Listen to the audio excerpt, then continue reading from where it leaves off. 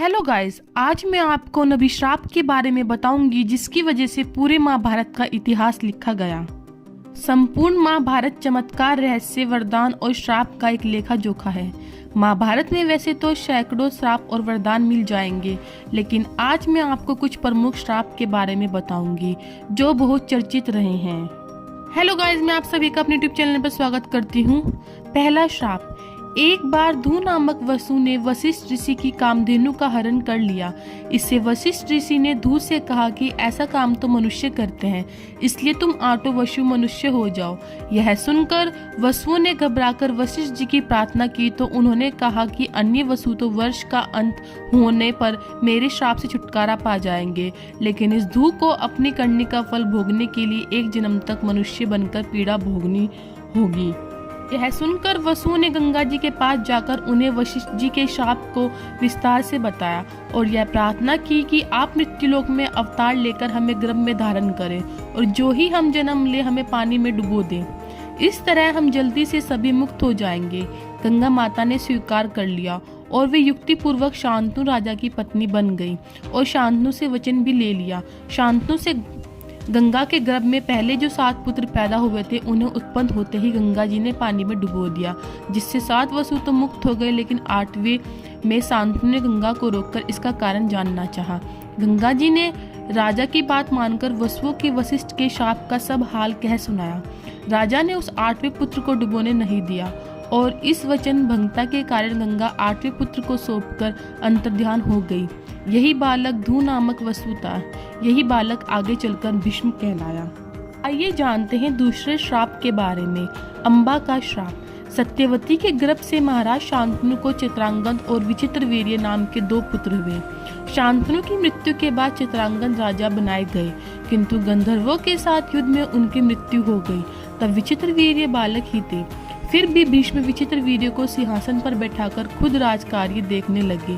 विचित्रवीर्य के युवा होने पर भीष्म ने बलपूर्वक काशीराज के 3 पुत्रों का हरण कर लिया और वे उसके विवाह विचित्रवीर्य से कराना चाहते थे, क्योंकि भीष्म चाहते थे कि किसी भी तरह अपने पिता शांतनु का कुल बढ़े। लेकिन बाद में बड़ी राजकुमारी अंबा को छोड़ दिया गया, क्योंकि वह शल्वराज को चाहती थी। लेकिन शल्वराज के पास जाने के बाद अंबा को शल्वराज ने स्वीकार करने से मना कर दिया। अंबा के लिए यह दुखदायी स्थिति हो चली थी। अंबा ने अपनी इस दुर्दशा का कारण भीष्म को समझकर उसकी शिकायत परशुराम जी से की। परशुराम जी ने अन्याय के खिलाफ लड़ने की ठानी। परशुराम जी ने भीष्म से कहा कि तुमने अंबा का बलपूर्वक अपहरण किया है, अतः अब तुम्हें इसे विवाह करना होगा, अन्यथा मुझसे युद्ध के लिए तैयार हो जाओ। भीष्म और परशुराम जी का 21 दिनों तक भयंकर युद्ध हुआ। अंत में ऋषियों ने परशुराम जी को सारी व्यथा कथा और ब्रह्मचार्य के प्रण बात की सुनाई और भीष्म की स्थिति से उनको अवगत कराया। तब कहीं परशुराम जी ने उन्हें युद्ध विराम किया।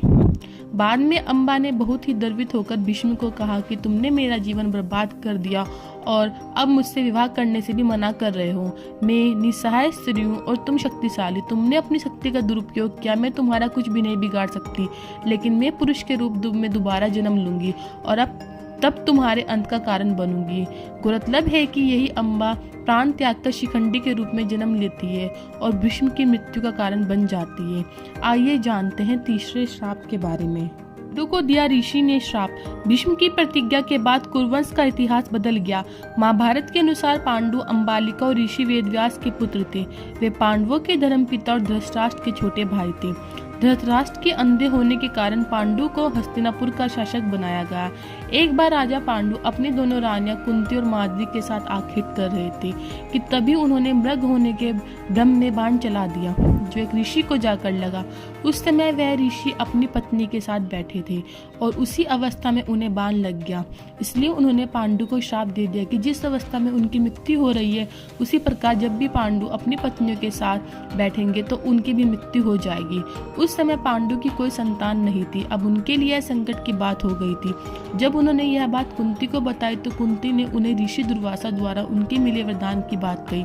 इस वरदान से कुंती किसी भी देवता का आह्वान कर उन्हें बुलाकर उनके साथ वियोग कर सकती थी। विवाह पूर्व उन्होंने सूर्यदेव का आह्वान किया था, जिसके चलते कर्ण का जन्म हुआ था, लेकिन कुंती ने लोक लज्जा के कारण उसे नदी में बहा दिया था। खैर पांडु मान गए। तब कुंती ने एक एक कर कई देवताओं का आह्वान किया। इस प्रकार माद्री ने भी देवताओं का आह्वान किया। तब कुंती को 3 और माद्री को 2 पुत्र प्राप्त हुए, जिनमें युधिष्ठिर सबसे ज्येष्ठ थे। कुंती के अन्य पुत्र थे भीम और अर्जुन तथा माद्री के पुत्र नकुल व सहदेव। कुंती ने धर्मराज वायु एवं इंद्र देवता का आह्वान किया था, तो माद्री ने अश्विन कुमारों का। एक दिन वर्षा ऋतु का समय था और पांडु और माद्री वन में विहार कर रहे थे। उस समय पांडु अपने काम वेग पर नियंत्रण न रख सके और माद्री के साथ बनाने को उतावले हो गए। तब ऋषि का श्राप महाराज पांडु की मृत्यु के रूप में फलित हुआ। माद्री पांडु की मृत्यु बर्दाश्त नहीं कर सकी और उनके साथ सती हो गई। यह देखकर पुत्रों के पालन पोषण का भार अब कुंती पर आ गया था। उसने अपने मायके जाने के बजाय हस्तिनापुर का रुख किया।